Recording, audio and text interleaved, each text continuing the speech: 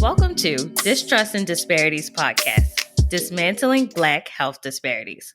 We are two Black women discussing health disparities that disproportionately affect Black women and Black families. We examine both current and historical cases of medical injustices within the American healthcare system. Most importantly, we amplify organizations and individuals working with marginalized communities to improve health outcomes. I'm your host, Jasmine Moore, a registered nurse, and I am joined by my co-host and good friend, Camille White. In this episode, we discuss abortions, the controversial decision of the Supreme Court to overturn Roe v. Wade, and the detrimental impact it will have on Black women. And we highlight SisterSong, an organization working to improve the institutional policies and systems that impact the reproductive lives of marginalized communities. All right, so welcome back, Distrust and Disparities community, family. Thanks again for tuning in. We're going to jump right into this week's episode, and we wanted to discuss what took place this summer on June 24th, 2022, because sometimes I need to verify what year we're in. The U.S. Supreme Court overturned Roe v. Wade, which is the landmark 1973 Supreme Court decision that affirmed the constitutional right to an abortion. And this topic is so complex. There's so many layers, especially when it comes to Black women. We knew we had to bring it to the podcast just to discuss what's going on. But like I said, this topic is so complex that we can't cover it all in one. And we'll go into specific cases that specifically affect Black women in marginalized communities in our next episodes. But for this week's episode, we specifically wanted to break down what is an abortion, reasons people get abortions, and look at some of those statistics, and also do a simple breakdown of Roe v. Wade. And also we want to take a look at how Black women were impacted before Roe v. Wade, and also how they will be most likely impacted after Roe v. Wade has been overturned. So let's jump right into it. So to start off, what is an abortion? And it is defined as the termination of pregnancy by various means that could include medical surgery, and that is before the fetus is able to sustain independent life, outside of the uterus. There weren't any laws really in the U.S. specifically banning abortion until the 19th century. And I have a quote from an article by Aaron Blakemore from the National Geographic that as physicians professionalized in the mid-19th century, they increasingly argued that licensed male doctors, not female midwives, should care for women throughout the reproductive cycle. With that, they began to denounce abortion. And around that time, too, you had white women who were in the middle and upper classes. They had reproductive control because that was seen as their domain. It was a part of the home, and they were in charge of that. But then with the 19th century, and you have the end of slavery and the influx of a lot of immigrants to the U.S., racist white people wanted to maintain control of the country. So they wanted to force white people to have babies because they feared that they weren't having enough to maintain the control. And all of a sudden you have all these others, all these Black people, all these other immigrants coming into the country that, they're going to take charge and we're going to be the minority group. And Camille, you said this was the 19th century because this is sounding very 2020-ish. 2000s-ish, Yes. This is sounding very familiar. But yeah, this is history repeating itself. That cliche of because we are all very familiar with, protecting white life, as someone said. So unfortunately, yes, this is such an example of history repeating itself. and people not recognizing that, again, racism is everywhere. Yes. And this is a clear example of that. Yeah, and this is an example of why we want to do this podcast, so we can examine our history, see what's going on, and try to prevent it from happening again, and seeing what we can do to improve healthcare and just improve health outcomes for everyone. Like you were saying, until about 1973, abortions were banned or severely limited in most states unless they were performed by physicians. And in most cases, it was to protect the life of the mother.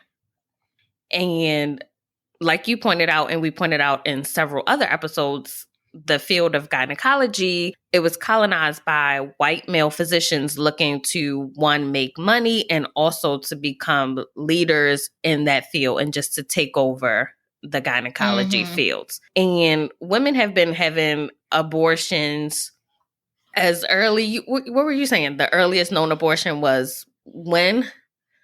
Over 4,000 years ago in 1550 BC Egypt. Like, abortions have been happening for forever, you could kind of say, since pregnancy. And there's so many reasons to that, but it's the problem of more recently it's been demonized and looked at as a way to claim that you want to help women, you want to help people, but it's always been about control, and it's always been about those in power trying to control everyone else and maintain their power. Yeah. And we'll get into later in the episode some of the reasons that women are having abortions. But during like the 19th century, abortions, they were very dangerous and unsafe. In the US, untrained professionals or ordinary people were performing about 1,000 abortions each year, and they were often using hasty, unsanitary, and dangerous means that resulted in maiming, permanent damage of organs, and oftentimes the death of many women. And I'm just clenching my stomach just thinking about the ways in which many of these illegal abortions were performed, just, you know, trying to suck out tissue. And I just think what comes to mind is just like a wire hanger, a clothes hanger. Yeah. I don't know. That's like the first image that really comes to my mind when I think of illegal abortions. And there's just plenty just dangerous and unsafe methods. And I think that just speaks to like even media portrayals, because I think of that too. And it also shows just the desperation you have when you so desperately need this outcome, and without really delving deep into, you know, all the things that could possibly happen, you have this one goal and you'll do anything to reach that goal. And that's then to the detriment of yourself, unfortunately, when you are in such a desperate place where you don't want to continue the life of the fetus that you're carrying. To even be in that space, which like I can't even imagine, is so terrifying. And oftentimes it was poor women, Black women, minority women that were dying due to illegal abortions. And I'm going to pull a quote from the book Killing the Black Body by Dorothy Roberts. She writes, half of the maternity-related deaths among Black women in New York City in the 1960s were attributed to illegal abortions. Black women were less likely than white women to be able to afford safe illegal abortions and were generally denied legal therapeutic abortions performed in hospitals. Of all the therapeutic abortions performed in New York City at the time, for example, over 90% were performed on white women. And this just highlights a huge disparity. If you had money, you could afford a safer abortion, but many Black and poor women could not afford it at the time, and they either died or suffered by getting an illegal, dangerous abortion performed. So many women were dying, coming to the emergency departments, just bleeding out and having just complications of an illegal abortion performed. Around this time, like the 1960s into the 70s, the court was debating legalizing abortion because so many people were dying due to botched illegal abortions. And then you also have the feminist movement, the women's rights movement is also going on around this time. So women are trying to have bodily autonomy. And we're going to move on to discussing Roe v. Wade, the decision. We're just going to give a simple overview, and we suggest we're going to provide you with plenty of links in our show notes where you can further your reading, because in doing my research for this episode, I did learn a lot that I did not know. There's a lot of misconceptions and myths floating around regarding Roe v. Wade, but it's a historic Supreme Court case that examined whether the U.S. Constitution recognizes a woman's right to end her pregnancy. So, Norma L. McCorvey, she discovered that she was pregnant in June 1969. It was her third child, but McCorvey, she wished to have an abortion.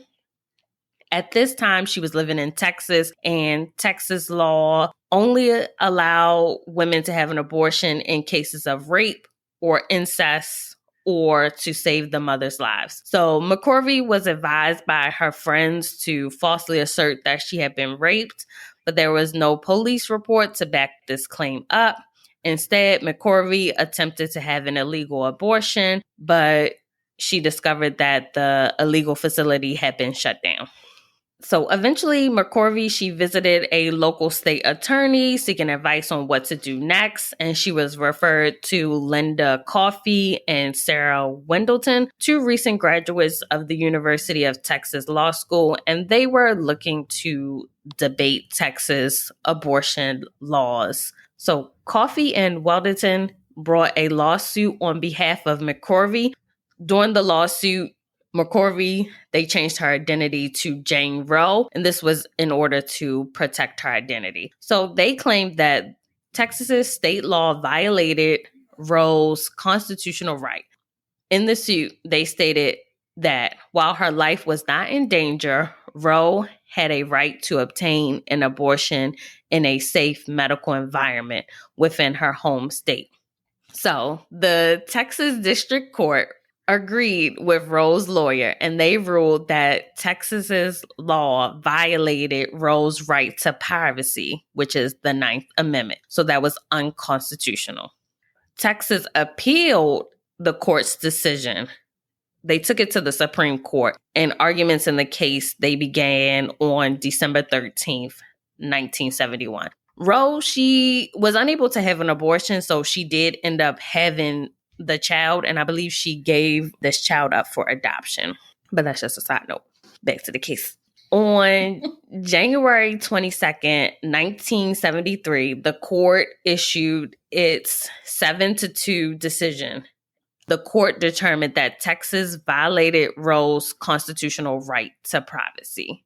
And the court determined that abortions were within a woman's zone of privacy. It was ruled that a woman had a fundamental right to the procedure and that any limitations on abortion must meet the standards of strict scrutiny. The major opinion at that time was written by Justice Harry A. Blackmun. He argued that making abortion broadly illegal violates the Due Process Clause of the 14th Amendment, which ensures a citizen's right to privacy. The clause reads that no state shall deprive any person of life, liberty, or property without due process of law. In essence, it means that states must respect the rights afforded to Americans. So it's basically saying, within the context of Roe v. Wade, a person's bodily autonomy, what you want to do with your body, was considered a part of your privacy right.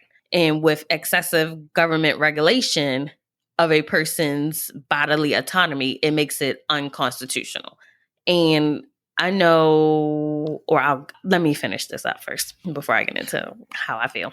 And additionally, once they made abortions legal, the court had to define certain characteristics of a person's life. So the state determined that in the first trimester, abortion may not be regulated by anyone besides a pregnant person and their doctor.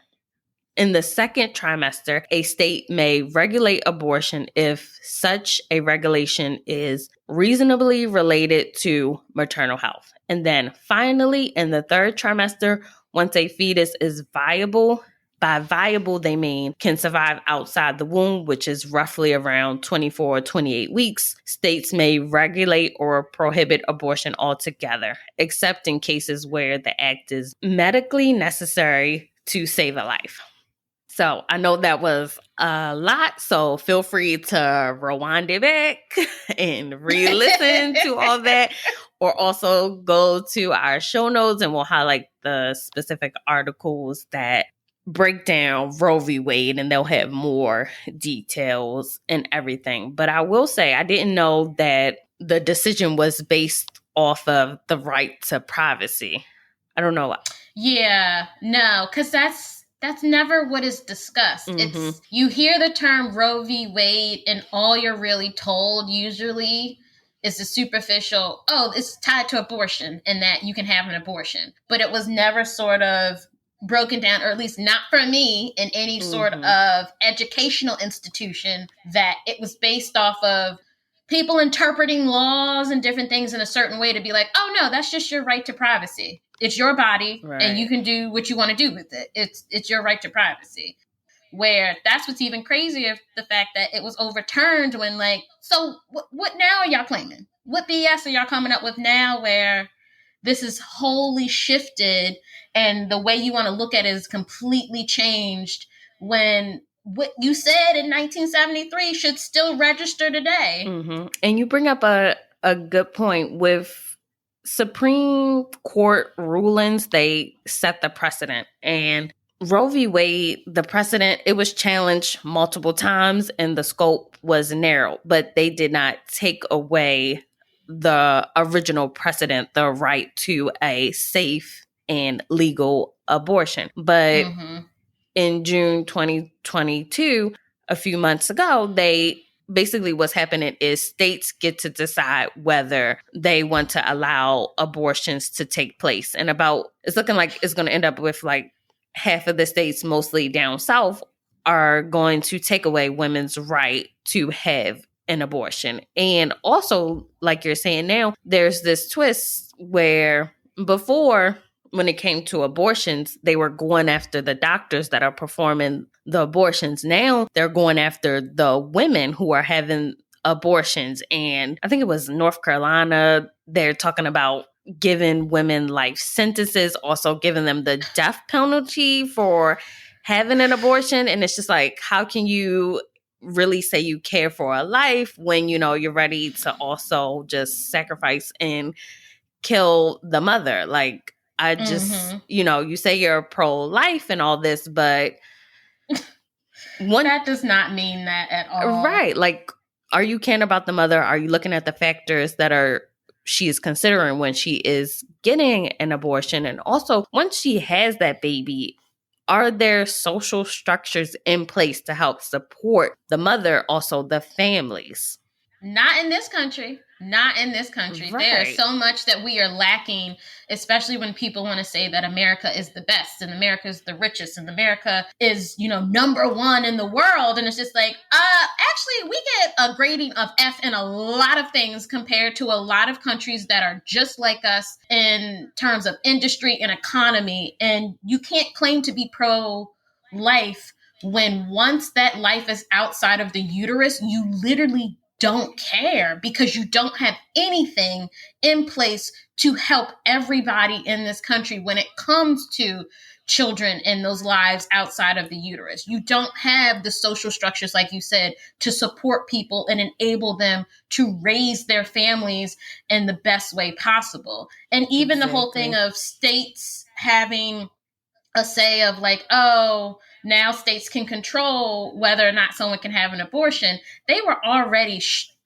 strongly restricting that in the first place, when you have certain states before that literally had one reproductive clinic in the entirety of the state that would even perform an abortion. Y'all were already had a stronghold over it and were doing what you really wanted to do, and forcing people to even at that point have to travel outside of their state and far away from their home to get the right that the Supreme Court had previously given them. And now you're just like, okay, and we can shut them down officially. We can get rid of them officially because, bye-bye. Like, now we have a conservative court on our side to say, actually, no, we will control what women do with their bodies, and there is no right to privacy. And like you said, they're now criminalizing you for even having an abortion and throwing your whole life away because they're deeming your life is less valuable as a woman to a fetus's existence, which is just so crazy because it's you don't care about women unless we're having babies. That's what you're telling us. That's what you're doing with this. And certain women having babies. And yes, certain. I want to point out the maternal health outcomes in this country are horrible. So it's not safe for women to have babies. But also, like you were saying, how America has become so polarized with pro-choice, pro-life. One of the articles, they had a quote, and it states, the overturning of Roe v. Wade also calls into question the legitimacy of the court, which is expected to maintain precedent. Such precedent prevents landmark decisions from shifting every few decades and ensures government stability. But in a time of increasingly polarized politics, it seems unlikely that this court will respect precedent. So because we have a majority conservative Supreme Justices, they are looking at it from their viewpoint, a conservative viewpoint, and they're not taking into effect the landscape of America and what most women want. So, and also I've seen other things where Republicans, they were saying, okay, let's go after other landmark proceedings, like also looking at the right to contraceptive, also looking at gay marriages. They're also looking at, I heard one was saying, let's go after Brown versus the Board of Education.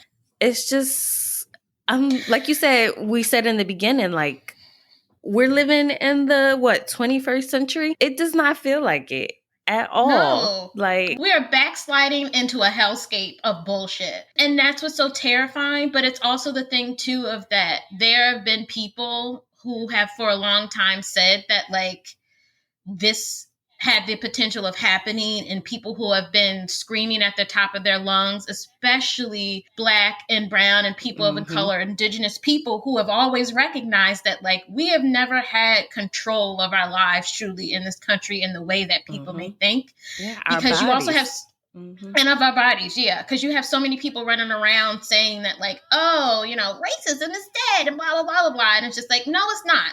You're not paying attention. You're not paying attention, because if you were paying attention, you would be angry, you would be worried, you would be concerned. Yeah. And unfortunately, for so many people who've been actively working in this field and others to try to get the rights and protect the rights of marginalized communities, this isn't some huge shock. This isn't something that, they didn't see coming, because the writing was on the wall when you have a Supreme Court being stacked with people that are so conservative and have ridiculous views on things, and some of whom don't even have the credentials to even be up there, but yet they are.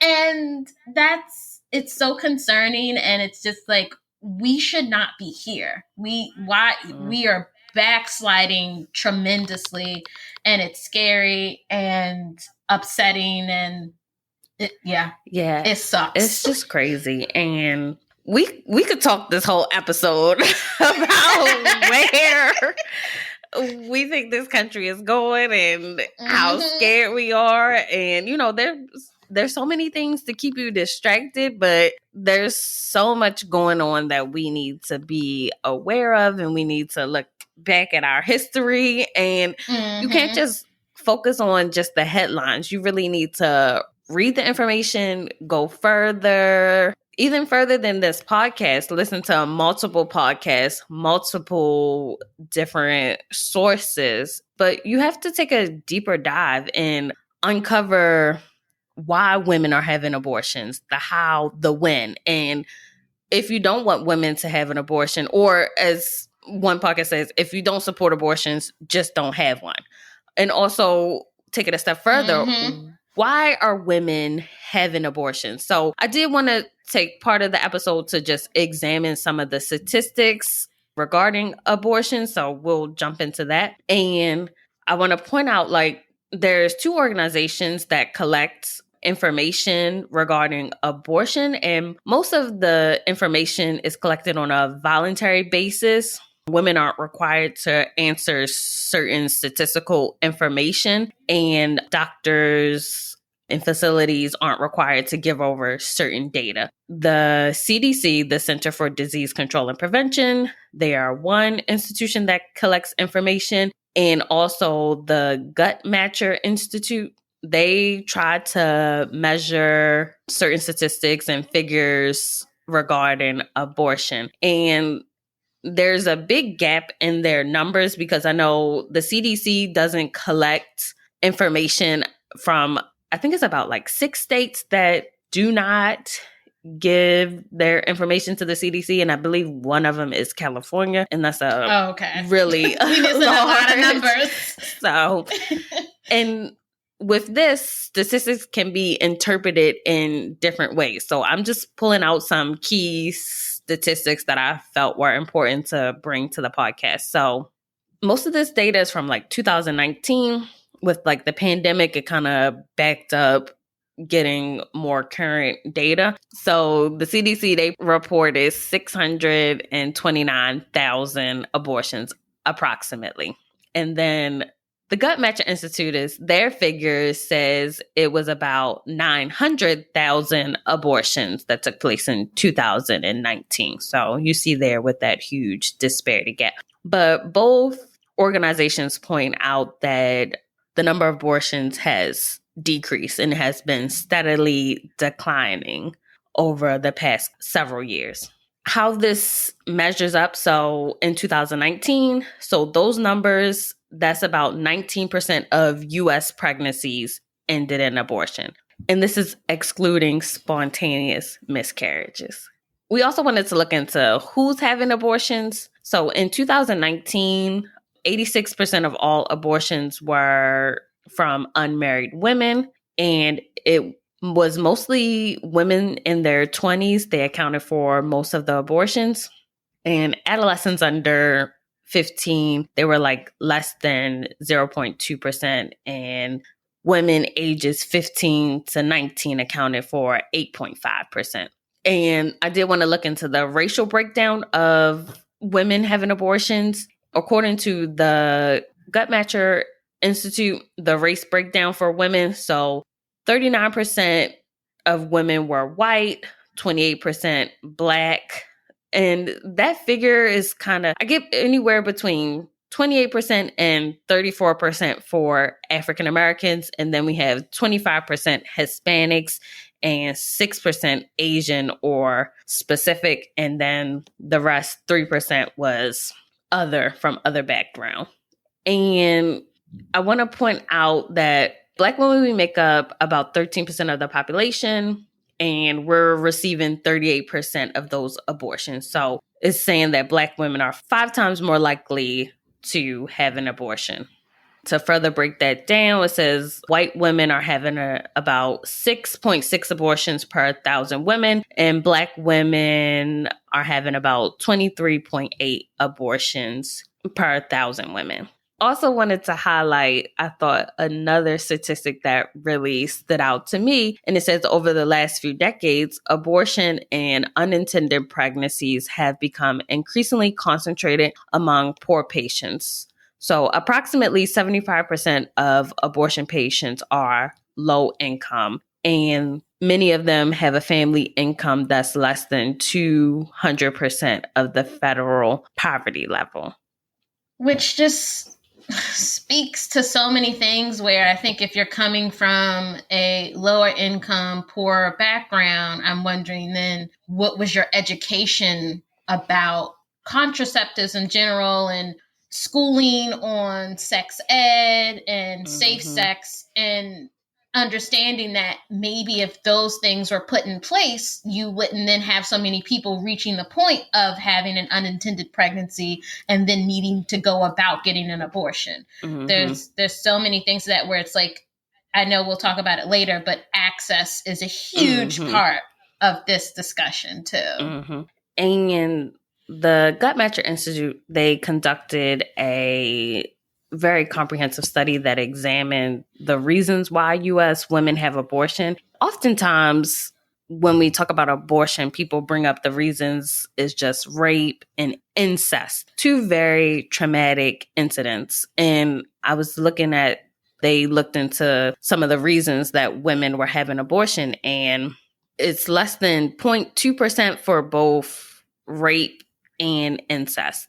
And this is, voluntarily reported information. But when they did this study, many of the respondents, they indicated financial reasons and complications at home. But two of the biggest themes that came up were financial difficulties and also just a lack of support. And this could be coming from your partner or having no partner, and just if you already have children, but the lack of resources to take care another child. And then they also brought up it's such a complex situation, and women, they consider so much, even looking at their religious beliefs and also just the financial hardship and just the not being able to support a child, not being ready, especially those who were younger in their 20s, and then those in their 30s and older, just limited resources. And they say women, they look at the whole picture. They think about so many other people besides themselves when they're considering having abortion. And oftentimes as women, we're not just thinking about ourselves. We're thinking about our finances. Do we have the support to be able to care for another child? Just the strain that it's going to put on the household emotionally and financial. So women are considering all these things when they are considering having an abortion. And we're going to link this article in our show notes, but this is something that I think everybody should read and just to look into. And I just wanted to end on this quote. It says, "The impact of abortion bans will fall particularly hard on people who already face discriminatory obstacles when accessing healthcare. In particular, people of color, those having difficulty making ends meet, members of the LGBTQ plus community, young people, people in rural communities, and undocumented people." This last segment, we wanted to talk about the impact on Black women specifically. And I don't know if you heard the saying, when white folks catch a cold, Black folks catch pneumonia. I have not heard of that, but basically saying, I get the thought behind it. Right. If it's worse for white people, it's going to be extremely bad for African Americans and those in marginalized communities. Yeah. It's like if white people suffered a flood, it was a whole ass tsunami for everybody else. Basically.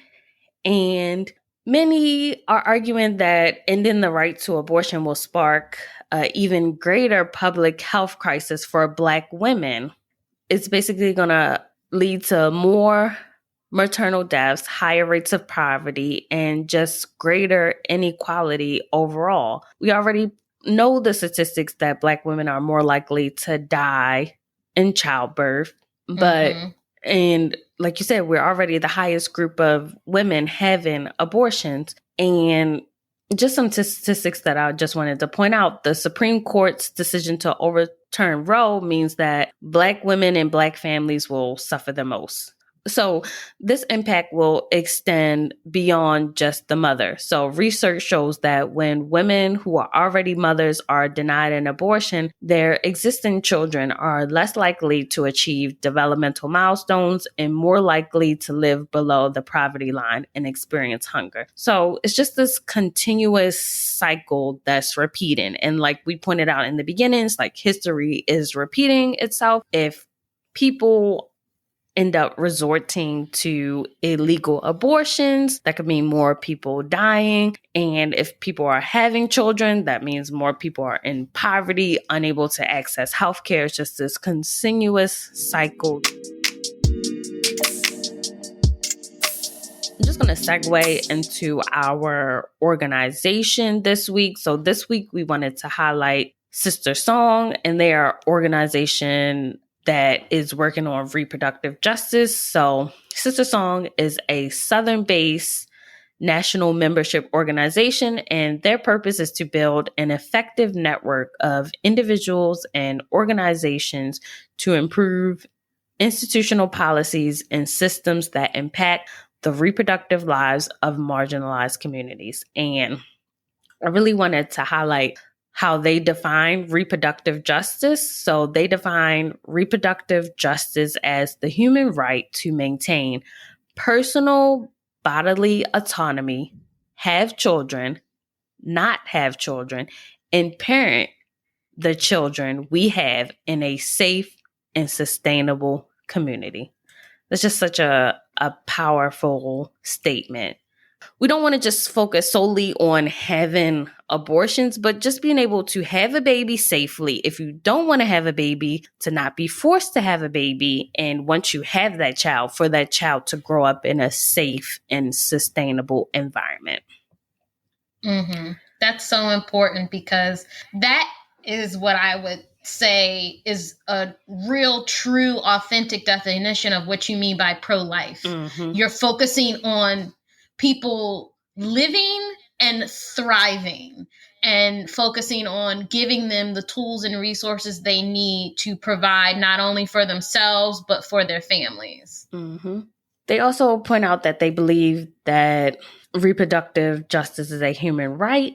And also it's about access, not choice. And they point out that many mainstream movements, they have focused on keeping abortion legal as an individual choice, which is necessary, but it's not enough. Even when abortion is legal, many women of color cannot afford it or cannot travel hundreds of miles to the nearest clinic. There is no choice where there is no access. And I really like this organization because they're not just focusing on abortion solely, they're focusing on reproductive justice and just having access to not just abortion, but they point out many marginalized women have difficulty accessing contraceptive, comprehensive sex education, STI prevention and care, alternative birth options, adequate prenatal and pregnancy care, domestic violence assistance, adequate wages to support families, and safe homes. So they're really looking at a holistic and comprehensive approach. Please go to their website, follow them on social media to learn more about what they're doing to fight for our reproductive rights, to serve, especially they're working with our Southern communities, but you can become a member of their organization, and also you can donate to them as well. And I know this episode was a lot and we tried to touch on a few key things, but abortion and reproductive rights is a very complex topic, and we will be coming back with specific cases that deal with Black women and their reproductive rights in future episodes. But please check out the show notes to learn more. You can learn more about the specific laws and reproductive rights that are in your specific state as well. But thanks for listening. Thanks for listening to this week's episode. If you would like to suggest a topic we should discuss or share your own personal story, email us at distrustanddisparities@gmail.com. Don't forget to subscribe wherever you listen to podcasts. Please rate, review, and follow us on Instagram and Facebook at Distrust and Disparities and on Twitter at DistrustPod.